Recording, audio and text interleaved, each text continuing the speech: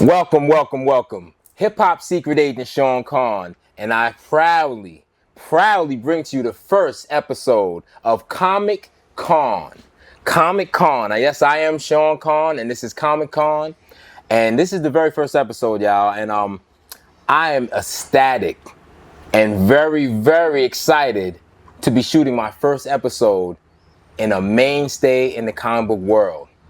This comic book store has been around for 30 years. Royal Collectibles. We are here in the comic store shooting Comic Con. What's better than that? 30 years in the game. Now what I want to do is I want you guys just to get an understanding of how important it is for this comic book store to still be here. I've been collecting comics since the early mid 80s. This has been my passion actually before hip hop. Just so y'all know, I've been into comic books before I started writing rhymes. So comics was my first love, you know what I mean? So to be inside of Raw Collectibles, it's incredible. And today, I have my guests, my three amigos with me right now. I got Mike, Bob, and Tommy from Raw Collectibles with me. Yes, sir. And I'm excited, man. First of all, what I do want to say is congratulations for being here for so long. 30 years is nothing to just sneeze at, you know what I mean? That's 3 decades in the game. You guys have been here a lot longer than some people have been into comic books, being that, the movies and stuff have come along now, and it's like, that's some of it. But just as a purist of comic books, first of all, I'm going to go down the line. I'll start with you, Mike. I'm going to ask you this. When was your first awareness of comic books? Like, when did you fall in love with comic books?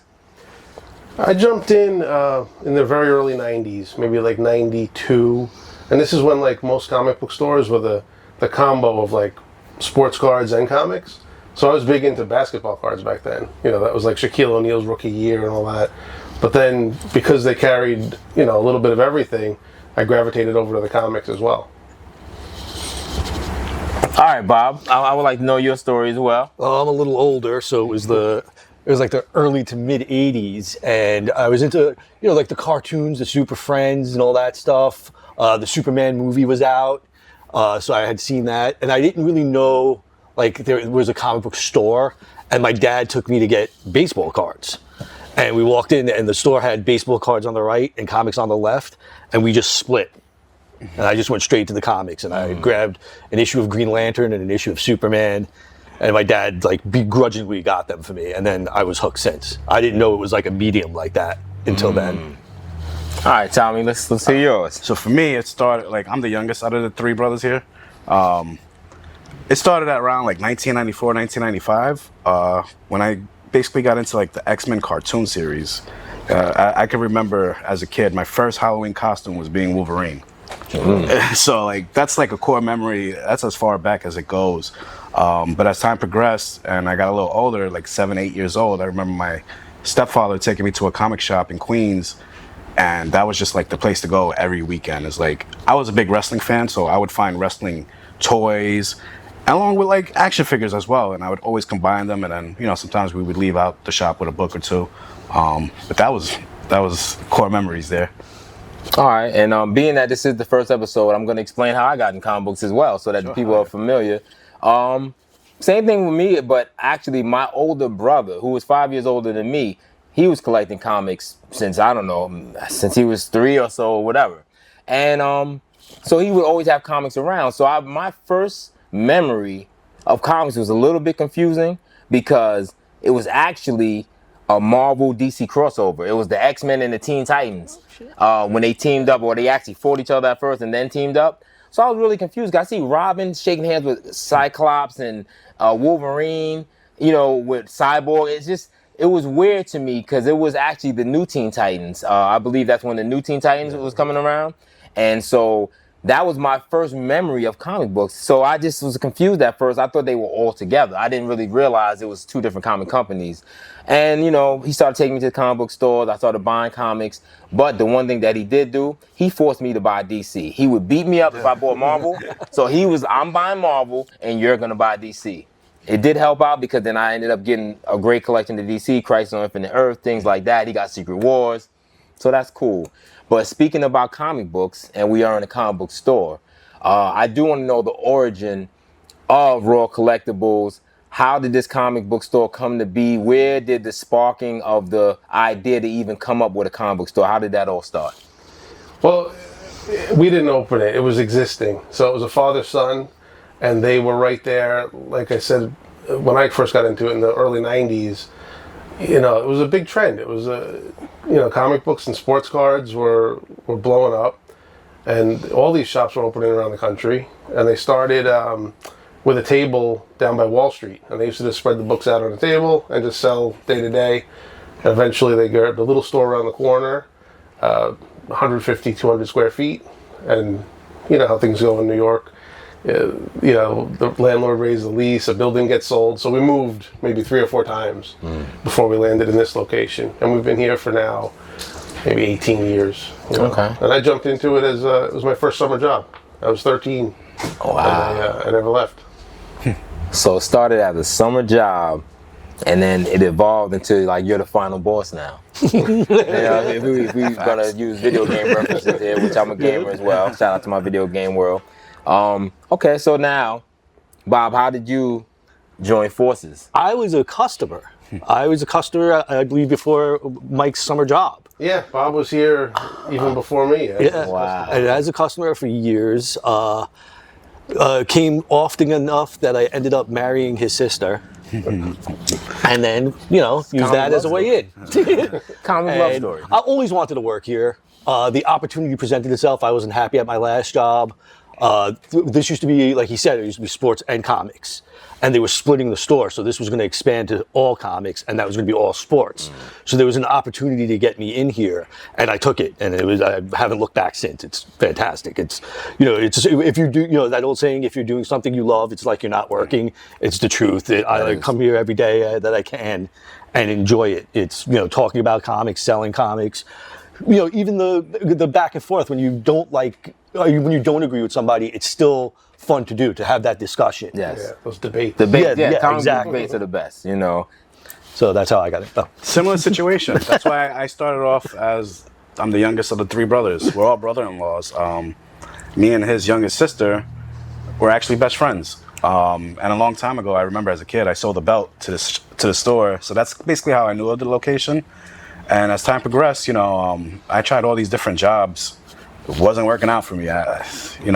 Something just didn't click. And one day, my brother-in-law Mike gave me a shot 12 years ago. I'm gonna keep it honest. I really didn't know much about comics, though. Like I said, I just knew about the cartoon series, the movies. I was more into anime. So everybody has their little section in the store. Like Bob's knowledgeable with the graphic novels, the stories. Mike's knowledgeable with the classic stuff. And if you need anime advice, you'd come to me. So we all found our way here, and like you said, it's like something that when you find something that you love, you just don't want to let it go. And it's 12 years now. It's wow. Helping. I always, people think I joke around when I say this, but I'm serious. When a kid asks us for something and we actually have it, and you see that little happiness in their face, it's we're doing something right. Of course. Yeah, that's the best. It is. And now, by me saying this is a family business, and what's better than to be with family doing what you love, what you have a passion for? It's like the fountain of youth. It keeps you youthful, it keeps you energetic, it keeps you going. Now, through that span of time, what I want to transition into now is we're going to talk about the 3 decades of existence of let's just say, even though beforehand, like you were saying, you got into the 90s and true, but that's still part of that 30-year span. In that 30-year span, I want to know, what transitions have you seen in the comic book world within the last 30 years? Of course, we know through film, it's taken it to a whole nother level, and now there's a bunch of new comic fans that came from the film side of things. But what have you guys seen in this 30-year span, how the evolution of comic book stores, comic books in general? And let's start the same way. We start with Mike.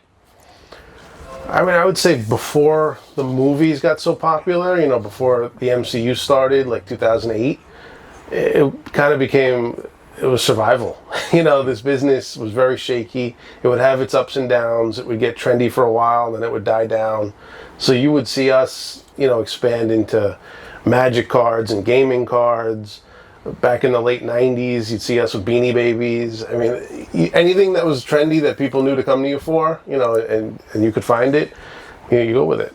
But yeah, since the MCU, like you said, it just reached a whole other level, and now it just hit the mainstream. It's like it's so hard to find somebody that doesn't know about comic books and these characters now. That's true. Like we used to, me growing up, we used to get picked on if you read comics. You know, I used to hide them. You couldn't read them on the train. You know, I used to, you know, like going to high school, like I was like terrified. And then I remember like years later being on the train and seeing like a kid reading a comic book and being like, "Oh, you're gonna get beat up, kid. Put it away." And then the person sitting next to him whipped out a Watchmen graphic novel, and I was like, "What is happening?"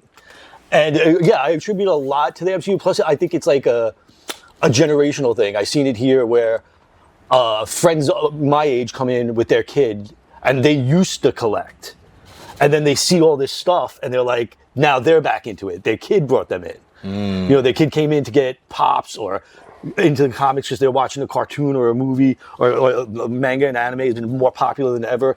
And the dad is just like, they're still making Spawn? And like just start pulling them off the shelf. And they're always surprised about like how much merchandise. Yeah, because there was nothing. In the 90s. Oh yeah, it was There were very no limited. figurines and statues. No. And now you could, man, you could fill your whole house up with this stuff. You had to go Just a certain, even just one character or a small group of characters. You know, you want to just do Avengers?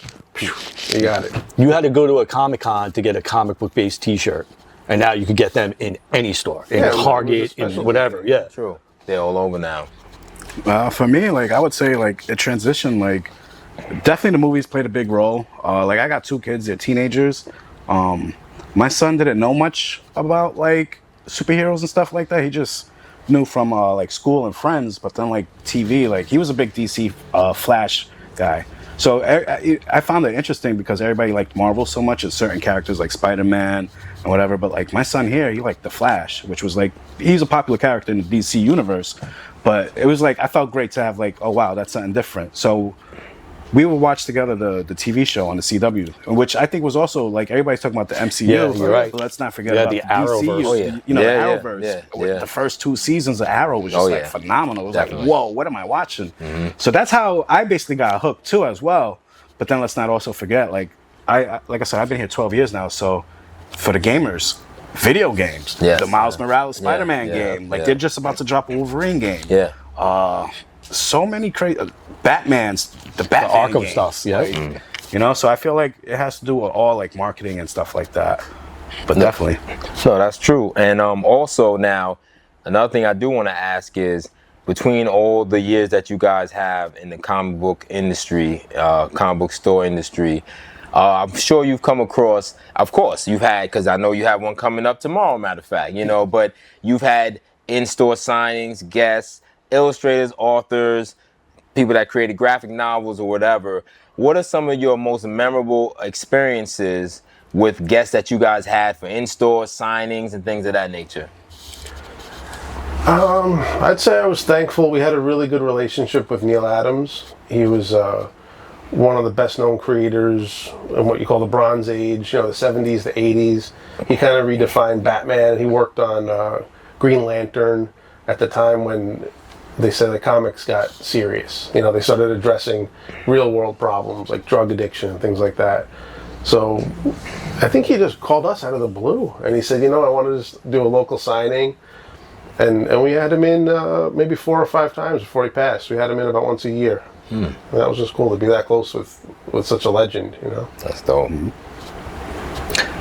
For me, I like Neil Adams was awesome. We had a lot of like high-end people, but I liked all the indie artists we had who like reached out to us. I have this like blank X-Men cover I've been working on, and it's a headshot of every X-Men in the order they joined. And so whenever I have some indie art, we'd have somebody here, I'd have them do a different headshot, and I'm almost done with it. It's like 50 heads. Wow. But it's like to see someone who is just starting, and they're here, and then next thing you know, their name's on the cover. And you're like, wow, okay, I remember when he was just here, like, you know, sketching, you know, $20 sketches real quick, and now he's a big name, you know, and that's cool to see. For me, as I mentioned, I'm a wrestling fan, so you mentioned that we get all types of guests here, and we definitely had quite a few amount of wrestlers in the past. You know, my favorite would probably be honestly, like, believe it or not, in the wrestling world, there's comic fans too. Wrestlers dress up as comic people when they come out to their entrance. Like, if you ever see Rey Mysterio, he came out as Captain America, Wolverine. There's all these wrestlers, but my favorite moment was when we had the Hardy Boys here. The Hardy Boys? We had the Hardy Boys. We had Mankind. We had Mankind hit Mick Foley 3 times. So those two were like my 2 favorites because Mick Foley was more interactive with his people and the Hardys. I actually got a photo on my Instagram where I got Matt Hardy putting me in a headlock and Jeff Hardy in the background just like that. So yeah, that's one of the perks of working here. So it's great. No, that's amazing, man. And what I would say now also, because I remember growing up, even though it was the reruns, if you remember the Marvel superheroes things where they had Iron Man, they had the Hulk, they had Submariner, Thor. I'm talking about basically it was images out the comic and you just have one arm move, just one little action. Iron Man running. Yeah. You'd have just very slight movements. It would be the frames actually of the comic book, the same frame, but then they would bring them to life somewhat. And that was like a 60s series or whatever. But then I used to watch the 80s. They used to replay it in the 80s on Channel 5, I believe, or something like that. I had them on VHS. Yeah. All those. And they even had the... I remember it was like first, what was it, the viewfinder, what do they call it? Remember that? The viewfinder? Yeah, so they had that and they had the comic book slides of those and then they advanced it to where they had like a little tape you put in and you could actually watch the episodes and really, I remember having that. Wow. So now what I want to say, because I'm going from the small beginnings of watching Super Friends, watching those Marvel superheroes, and then in the 80s you had Spider-Man and His Amazing Friends, and you had these other shows, but they were here and there. But I want to ask you guys now, over all these years, the influence of movies and television with the comic book world, how strong has that been of an impact in the last decade or two? Oh, phenomenally. Yeah. I mean, I always was like a comic book nerd and like felt like I knew everything. And then I was running into people and they would say something like, what are you talking about? And it would be something from some cartoon that I had not seen yet, a movie or a TV show I wasn't watching. And I'd be like, no, they're not brothers. And it's like, well, on this, they're brothers. And I'm like, what? So it was amazing to me that there was a whole other layer to comics now. It wasn't just the books that were out and that tight continuity. There was now a multiverse. And like, if you were to try to explain a multiverse to someone 20 years, your average person, 10 to 20 years ago, they wouldn't get it. Now everybody understands what alternate universes are and what a multiverse is and how they could be 2 of the same people and they cross over. The movies and the shows really, I think, I hate saying that they saved the comic book industry, but they did in that they brought a lot more people back into the shop. They brought a lot more people looking for more because you get X amount of episodes, you get a few hours of a movie. There's unlimited comics. I wouldn't say saved either, but I would almost say it was like, it's what we were waiting for. Yes. And like people much older than us, guys that were into it in the 50s and 60s, would dream that maybe one day there could be movies and, the technology wasn't there yet, the special effects weren't there yet. But it just seems like, finally, this thing that we love is accessible to everybody and at the mainstream. And like Bob had mentioned, like in the movies and stuff, like there's always an alternate, like different scenario. Like characters are different; they're not as appeared in the comic books. Like in the Tom Holland Spider-Man movies, MJ is not Mary Jane; she's just MJ. And it's interesting in a way because you could draw a lot of people. You get a lot of mixed reactions and feelings about stuff, and you'll get people that actually like the idea, and then you got people that don't like the idea. But you can't please everybody at once. You know what I mean? And like, as I mentioned earlier about my son, I just remember like when I took him to watch one of the first Spider-Man Tom Holland movies, my son didn't know about comics. And when we walked out the comic theater, which is a few blocks away by Eddie's Sweet Shop, you just see him coming out and he's just going like this. And he must have been like 6 years old at the time. And I'm just like, oh, this is amazing. Because I remember doing that as a kid. And it's like, now I'm doing something right. Because now I just introduced him to this. But he's into it now. And like, believe it or not, he's actually in school for art and design because of the comic industry in the world. Wow. That's amazing.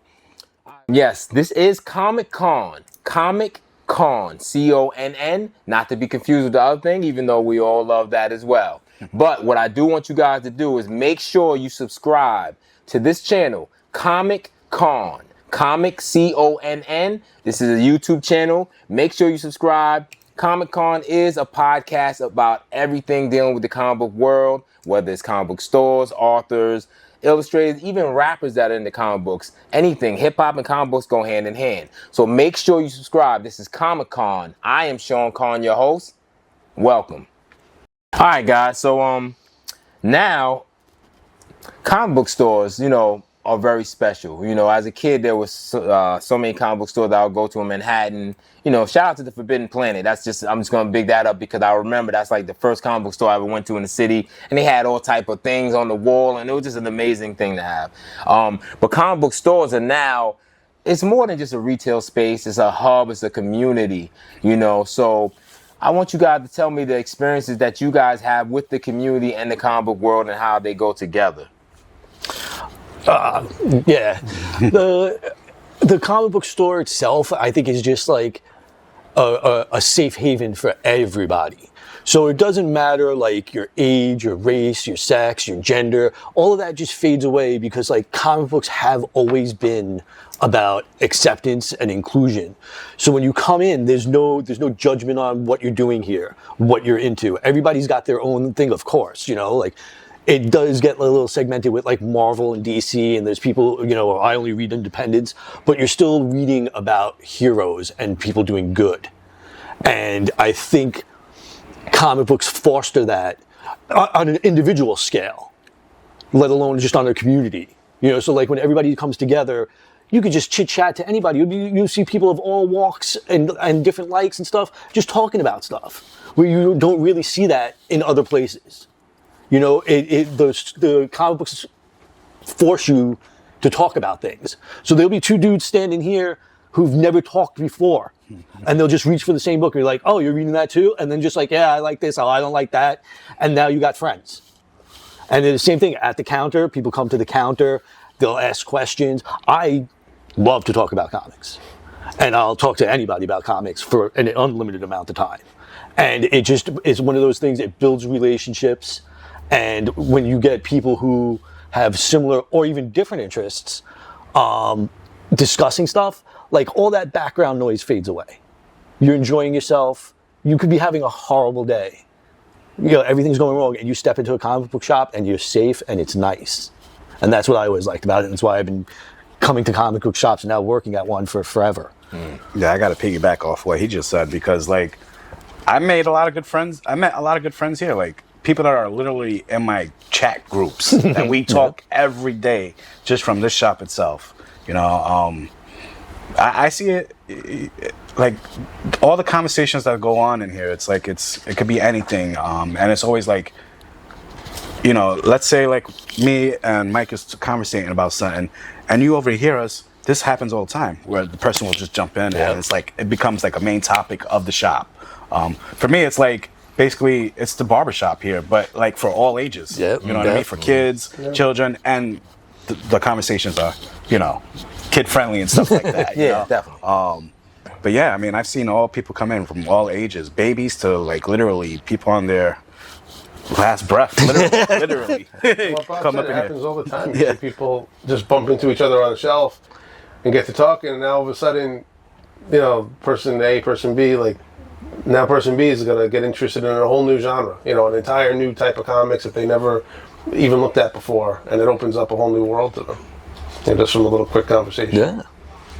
No, it's very important, and it is a hub. It causes community to come together.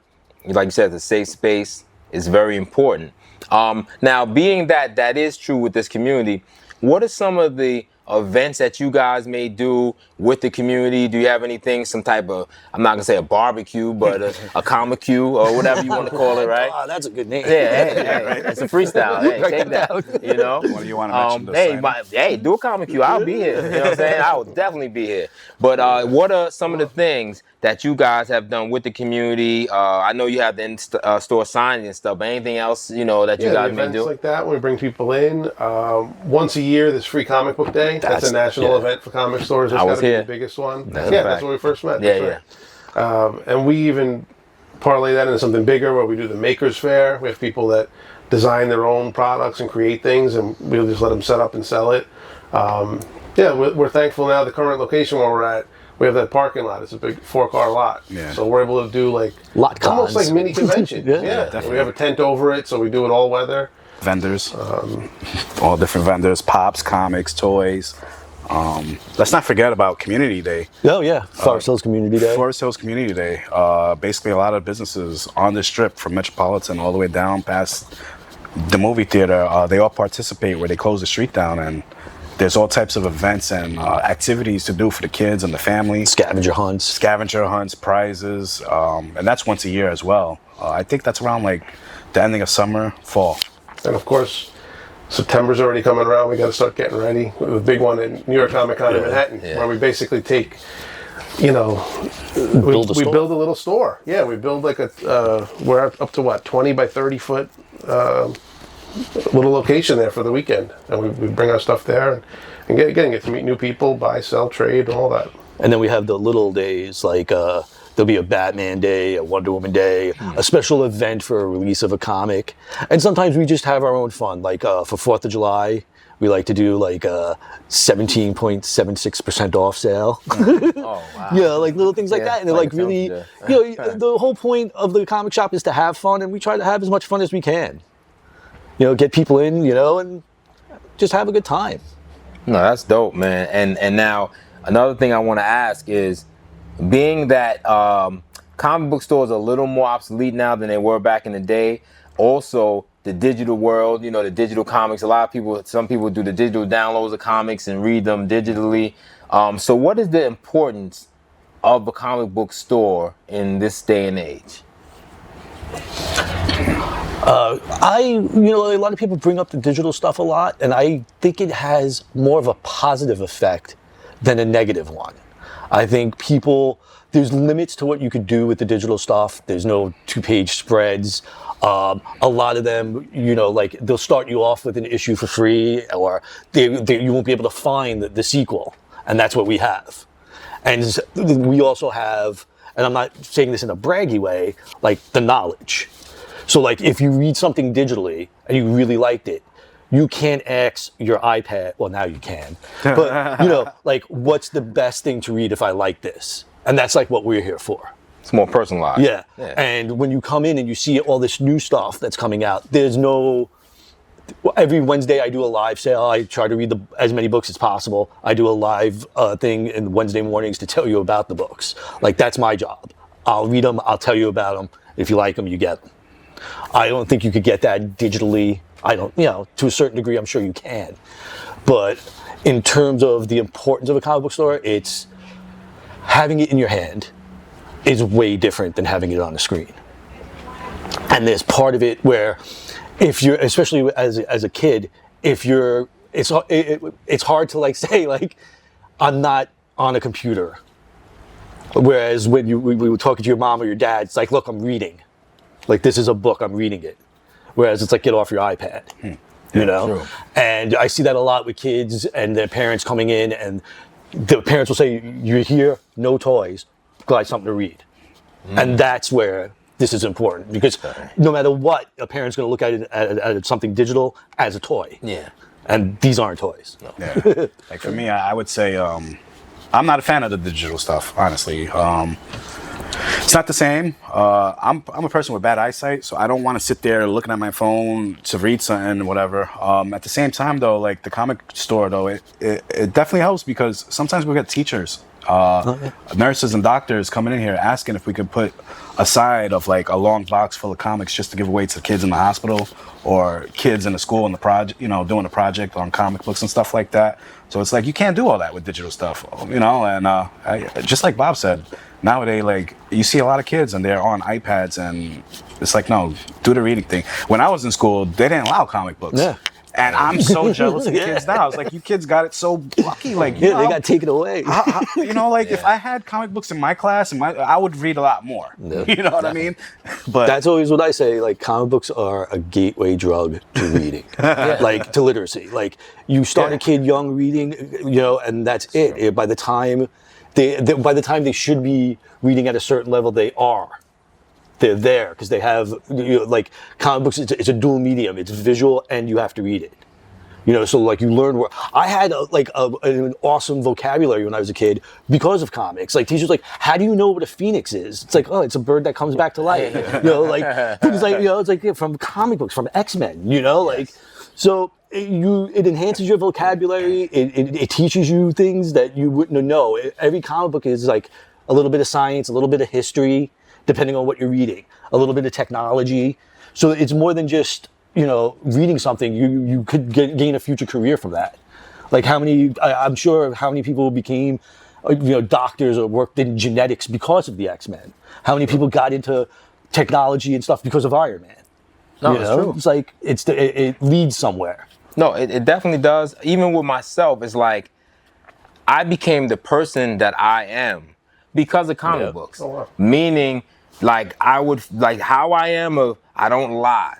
I like to help people. Doing the right thing.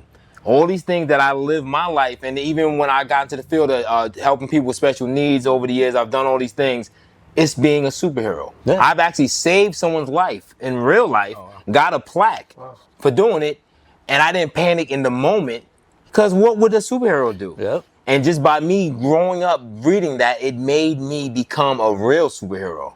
It's the life lessons that comics teach you. Like, am I going to listen to my drunk racist uncle or Captain America? Yeah. It's like I'm going to lean towards Captain America. I think he might be right. Listen, man, that's what comic books and what I want to segue that into is the future of comics. And this is the question that will lead into the ending of the episode. I do want to know what you guys think the future of comics and everything that's going on now. What is the future for comic books? Comic book store, just comic books in general. Where do you see this going? Because it's already to such a high level. Let's take this one real quick. New characters. Okay. I mean, Jesus, like you got Miles Morales, Spider-Gwen. Those are new characters that came out in the last few years. You know what I mean? In this previous decade. And as new comics come out each week, you see people come here Wednesday and they want to grab a specific comic book because there's a new comic character. Jeff, the shark Jeff from Deadpool. He's a big character now. You know what I mean? And if you asked me a year ago if I knew who Jeff the Shark was, I wouldn't know. You know what I mean? Yeah. So it's like all these new characters, and they're influential too because like the little kids, they like Jeff the Shark. They come in here and they're asking for, you guys got any Jeff the Shark merchandise? And it's like, yeah, believe it or not, actually, yeah. And it's like, so you got all these new characters, and new characters opens new doors. So new storylines, so that's what I see in the future. A lot more back and forth now. You see the springboard, people get interested. Used to be just from the paper comics, the weekly issues.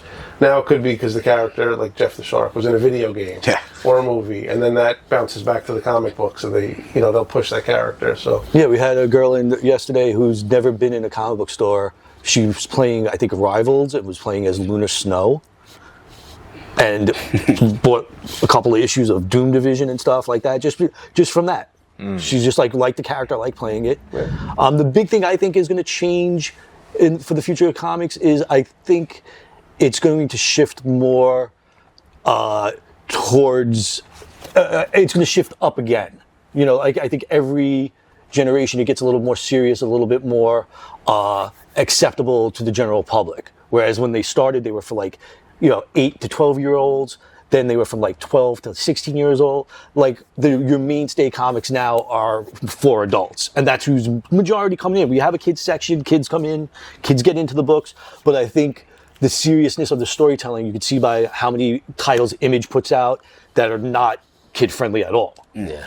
And I think the other thing that might change is the format. I don't think we'll ever lose print, but I think we'll get more thicker trade paperbacks more regularly. That'll be, instead of a monthly issue, maybe every 3 months you get a big thick book. That's the only thing I could see changing. I don't think it's going to go away. I don't think digital is going to affect it as much as people feared. I think it would have happened already. Sure. I think it would have happened already. And it hasn't, knock on wood. The technology's been there for 10 years now. Yeah. And you haven't seen the printed comics go away. No, I don't think that printed comics will ever go away. Because it's art. Yeah. It's art. It's reading material. It's something to collect. It's so many different things that it brings to the table. and we're sitting at the table right now, you know, because of comic books, you know. And what I want to do now is definitely, I do want to thank you guys. I want to thank Raw Collectibles for having me come here to do the first episode of Comic Con, which is very important for me because I feel so at home right here. You know what I mean? This is just such a great environment. You know, I do plan on doing future shows. Like I was saying to you, Mike, I definitely would like to bring other people, especially hip hop artists. Shout out to Lord Finesse. I'll big him up because he already said that he wants to do an episode. It'd be great to bring him here to do some signing and everything. You know, shout out to Redman, also other people that's there. But I do want to bring this to a close and say that Comic Con, this is the first episode of Comic Con at Raw Collectibles. Make sure you come here. You guys come and support. You know what I mean? The address will pop up on the screen, you know, the magic of podcasting. But I am Sean Conn. I do want y'all to subscribe to Comic Conn, the channel Comic Conn, C-O-N-N. I know y'all spell comic, right? Comic Conn. This is the first episode. I'm Sean Conn. I'm here with Mike, Bob, and Tommy, Raw Collectibles. I appreciate them for having me. You know me, I'm on a mission.